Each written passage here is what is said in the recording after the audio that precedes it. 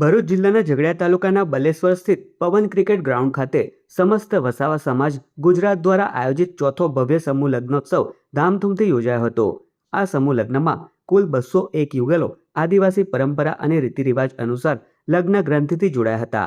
કાર્યક્રમમાં ગુજરાતના વિવિધ વિસ્તારોમાંથી મોટી સંખ્યામાં આદિવાસી સમાજના લોકો ઉપસ્થિત રહ્યા હતા।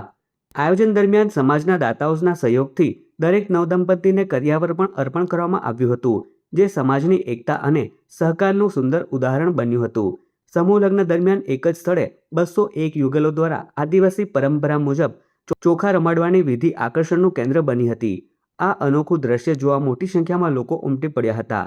લગ્ન વિધિ પૂર્ણ થયા બાદ ઉપસ્થિત મહેમાનો અને સમાજજનોએ આદિવાસી સંસ્કૃતિના રંગે રંગાઈ ટીમલીના તાલે ઝૂમી ઉઠ્યા હતા, જેના કારણે સમગ્ર વાતાવરણ ઉત્સાહ અને આનંદથી છલકાયું હતું।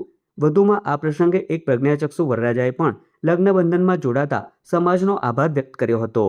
હું એક દ્રષ્ટિહીન પ્રજ્ઞાચક્ષુ છું, તોય મારો સમાજ આજે મને સમસ્ત વસાવા સમાજ તરફથી જે સમૂહ લગ્નનું આયોજન કર્યું છે એમાં મારી પસંદગી થઈ છે, જે સમાજ માટે એમનો આભાર માનું છું। મારો સમાજ મને આજે મારો આંખો બની છે, મારી દ્રષ્ટિહીન છું છતાંય મારો સમાજ મારી પડખે ઉભો છે અને મને મારું સ્વપ્ન પૂરું થાય છે। આજે હું વિચારી પણ નથી શકતો, આનંદ એટલો આનંદ છે મારા હૃદયમાં અંદરથી।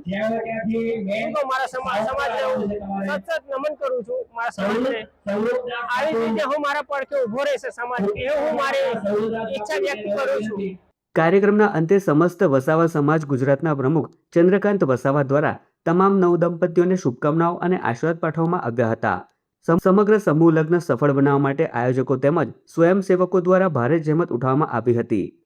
બલેશ્વર પવન ક્રિકેટ ગ્રાઉન્ડ ખાતે સમસ્ત વસાવા સમાજ ગુજરાત વતી જે ચોથો સમૂહ લગ્ન યોજાયો છે, એમાં તમામ દાતાશ્રીઓ, આયોજક મિત્રો, વરકન્યા સર્વનો આભાર વ્યક્ત કરું છું, કારણ કે આ સમૂહ લગ્નને સફળ બનાવવા માટે તમામ મારા મિત્રોએ, સમાજના આગેવાનોએ સર્વે આગળ આવી અને ખૂબ મોટી સંખ્યામાં હાજરી આપી છે અને ખૂબ મોટું દાન પણ કર્યું છે, જેથી કરીને આ સમૂહ લગ્ન એક સફળતા તરફ જઈ રહ્યો છે।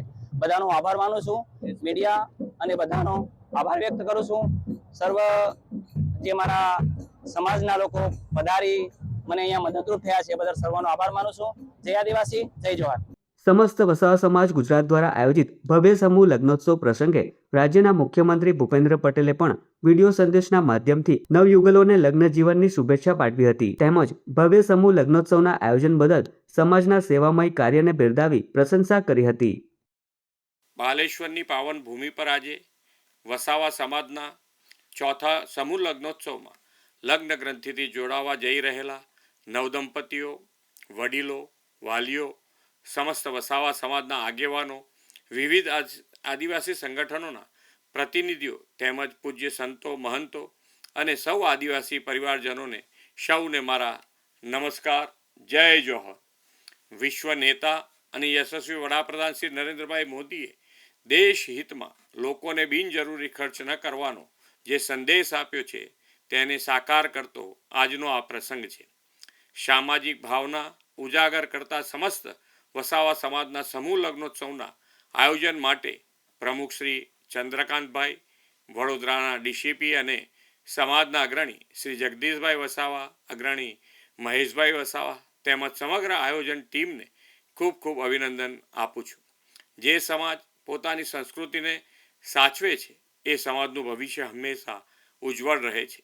વડાપ્રધાન શ્રી મોદી સાહેબે હંમેશા આદિવાસી સંસ્કૃતિ અને આદિવાસી સમાજનું સન્માન કર્યું છે। તેમણે ભગવાન બિરસા મુંડાની 150મી જન્મ જયંતિની ભવ્ય ઉજવણીથી સમગ્ર દેશમાં આદિજાતિ બાંધવોનું ગૌરવ કર્યું છે। વસાવા સમાજે પણ વડાપ્રધાનશ્રીના વિકાસ બી વિરાસત બીના મંત્રને સાકાર કર્યો છે।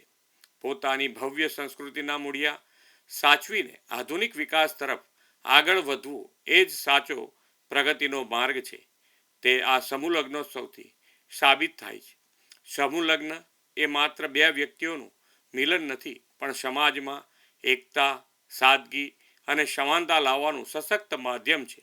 આ સમૂહ લગ્નોત્સવમાં આયોજકોએ નવદંપતિઓને આશીર્વાદ આપવાની સાથે કિંમતી કરિયાવર અને ઘર વખરી પણ આપીને તેમના નવા જીવનની શરૂઆતને મજબૂત પીઠબળ પૂરું પાડ્યું છે. ખરા અર્થમાં માનવતા અને સમાજ સેવાની આ એક મિસાલ છે. આજે પવિત્ર લગ્ન બંધનથી જોડાનાર તમામ 201 નવયુગલોને સુખી અને સમૃદ્ધ દાંપત્ય જીવનના આશીર્વાદ. આપનું જીવન પ્રેમ, પરસ્પર આદર અને સંસ્કારોથી મહેકી ઉઠે અને તમે બધા સમાજ માટે પ્રેરણારૂપ બનો એવી મંગલ કામના અને શુભકામનાઓ આપીને વિરમું છું. ભારત માતા કી જય. વંદે માતરમ. જય જય ગરવી ગુજરાત.